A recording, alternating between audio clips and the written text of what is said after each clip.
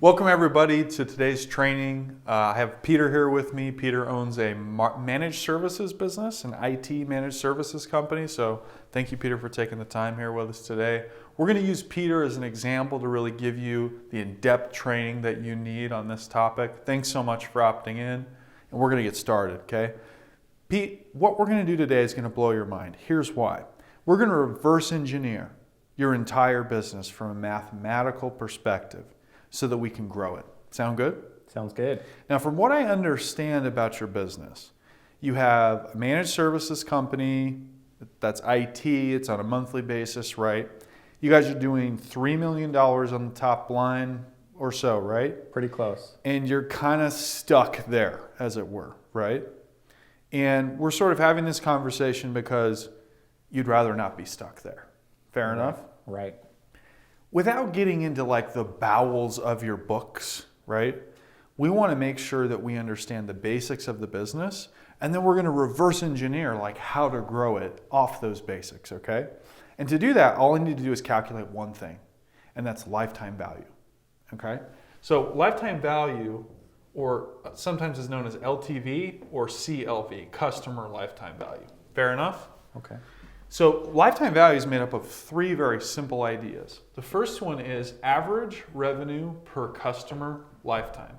This is, as you would imagine, what people spend with you in their lifetime of being a customer total, right? This is a dollar amount. The second number that we need to know is your gross margin, right? How much does it cost you to fulfill on that order in relation to what's left, which would be the gross profit, right? And then the referral multiplier. This number is all about when you acquire a customer, how many others come along, right? How many friends come along with one?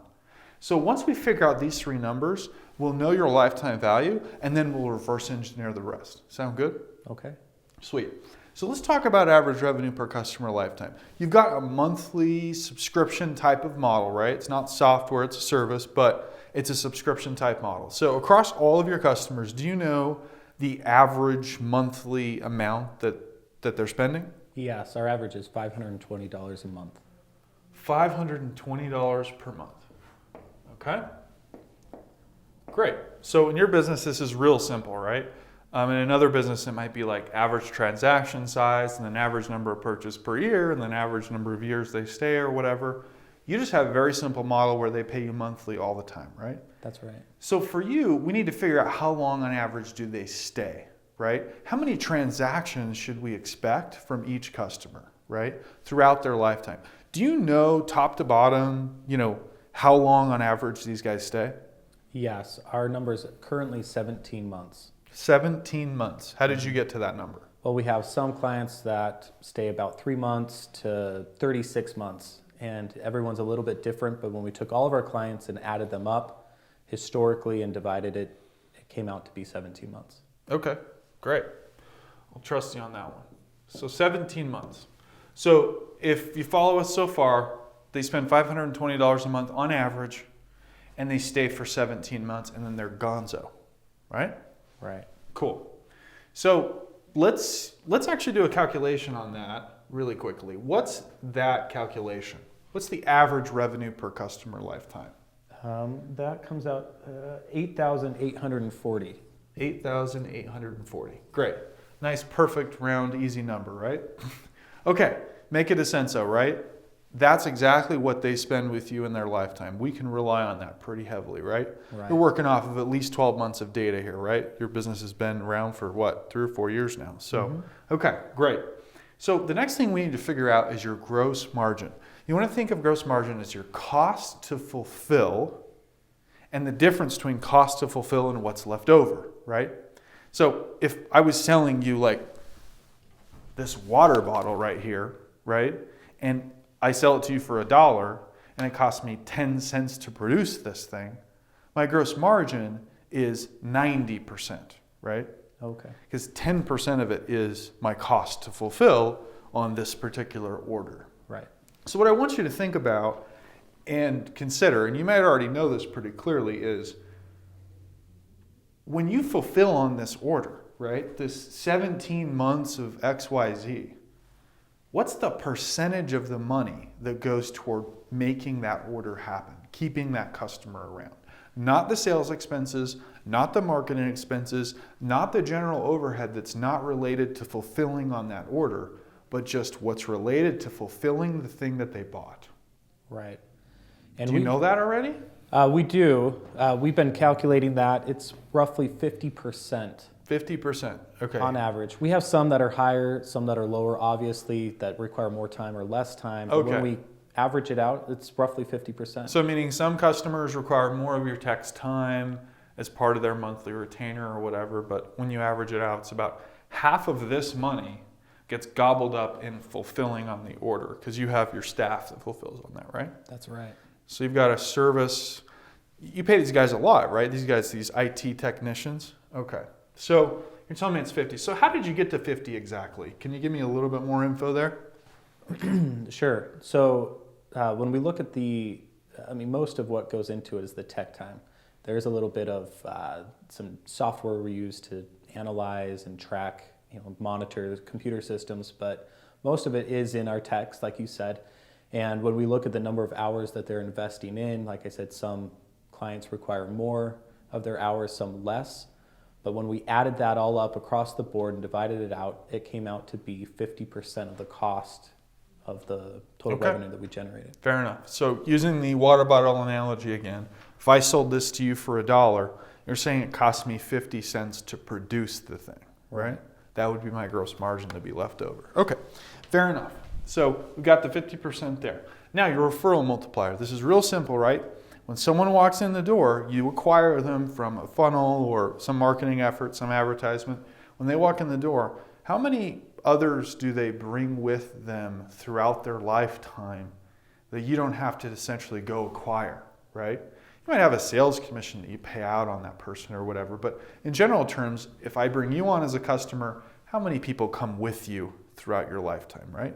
Do you have any idea what that number is? Yeah, so in the past 12 months, we are almost 1-to-1 when you calculate it.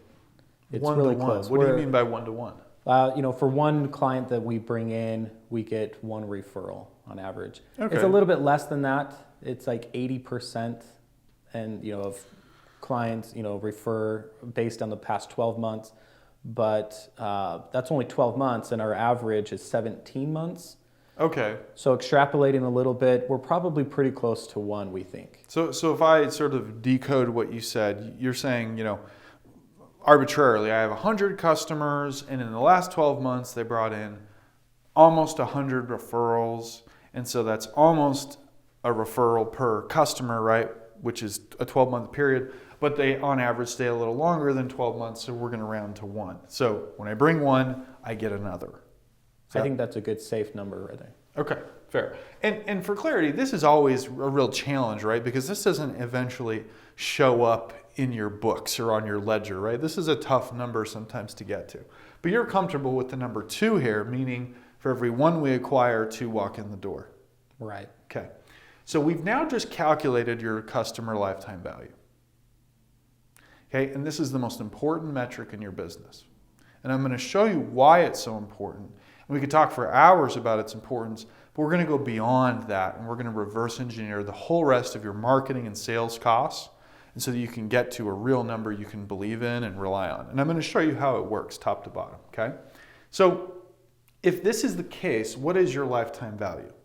We have 8840 times 50% times 2. Well, that's pretty easy, right?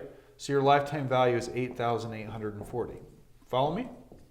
Now, normally it wouldn't be quite that easy, right? You might have a referral multiplier that's not 2 or a gross margin that's not totally 50%. But for those listening, you would times this, right, by 0.5 or 0.6 or whatever this gross margin is. So here's our lifetime value. Great. Now, the relationship of lifetime value to customer acquisition is where all the magic is, right? Think of it as it costs me X to acquire a customer, but they bring me Y. Okay? Now, for the sake of this demonstration and for the sake of your numbers, I'm going to give you what we call the multiple between your lifetime value and your customer acquisition costs of 4. Okay? What this means is that for every dollar you spend to acquire a customer, they give you $4 in value. Does that sound like a good number to you? Sure. If you put $1 in the slot machine, would you be happy to I get would $4 take that back? all day long. All day long. Me too. This is a great number for you, especially because your referral tail is small. We won't get into that, but this is a great multiple. So essentially what we're saying here is that your lifetime value, 8,840, should have a multiple of 4 in relation to your customer acquisition cost. I'm doing this math in my head, but I hope that's right. $2,210 is your target customer acquisition cost. That's what CAC stands for. Follow me so far? Okay, tracking. Okay. If I gave you a customer for $2,210, you should be willing to pay because there's a multiple of 4, right, between that relationship. However, we can't stop there, even though this is the bee's knees when it comes to the metric, right? This is a huge, huge thing. We'll go over this in a minute. But this is made up of 2 very important elements. CAC really is about marketing expenses and sales expenses. And what I now need to know from you is, when you acquire a customer, what's generally the distribution of the customer acquisition job or load in relation to marketing and sales? Is it a more marketing heavy job to acquire customers for you? Or is it a sales heavy job, or both? What would be the distribution if the total is 100%? How much of that job is marketing versus sales? Ours is probably 50%. We spend a significant amount of time trying to get leads in, and then we have a significant process on the back end of creating a proposal and submitting it and having some talks. It's roughly 50. And I want to articulate something just so we're totally clear before you settle on that number. This line here I have in the middle represents the lead. Okay? Anything pre-lead is a marketing responsibility, right? Okay. Anything post-lead is a sales responsibility, right? So if this is the lead, anything we do to attract, create, qualify, get leads would be a marketing expense. And anything we do to close that lead into a sale would be a sales expense. And what you're telling me is these are both pretty robust in your business. You have quite a bit of a sales process, and it costs you quite a bit to find the right leads as well. Right. Yeah. Okay. So that's easy then, right? Because then half of this number is the marketing expense job, right? So you now have a target marketing expense of $1,105, correct? Okay.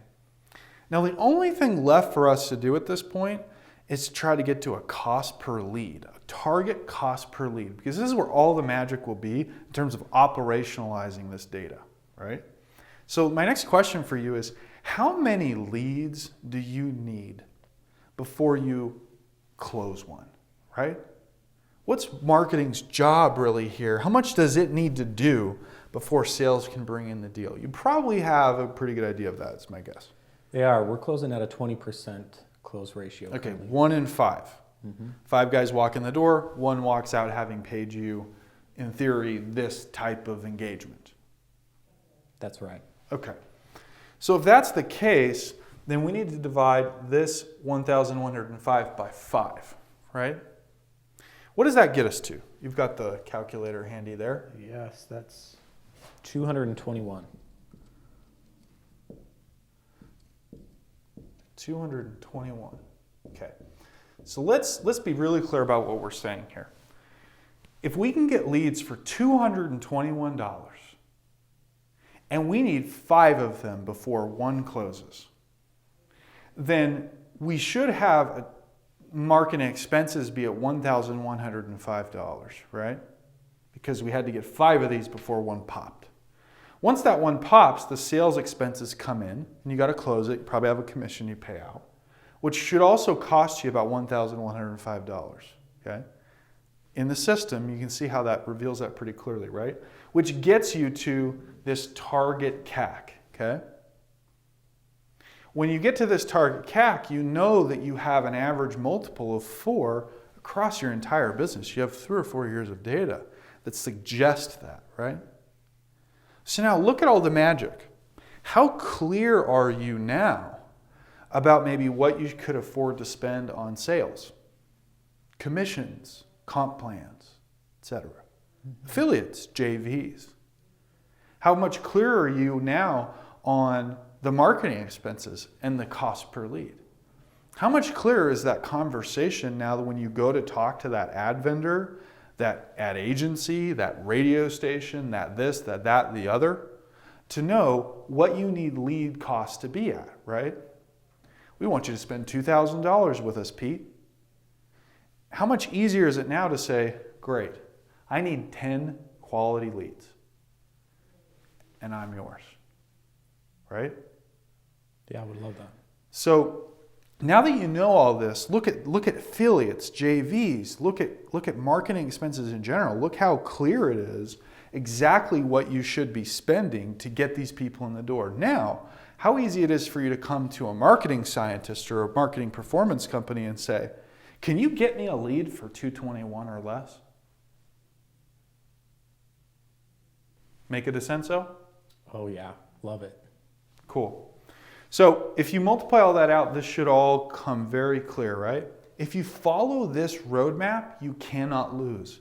The company will always be profitable and you'll always be able to grow. The next step for you really, Pete, is to think about where you're at in reality here. And we can help you with that. Yeah, I would say that currently I am above my cost per lead there. We're spending more to acquire. You're spending more than that. In other words, you're spending more than $2,200 to acquire them in total. Right. And that could be a product of spending too much here or too much here. Yeah. Great. We need some help there. Does this help? It does. Thanks so much. For more information, follow the next sequence. Get down here, click. Let's get you some more information.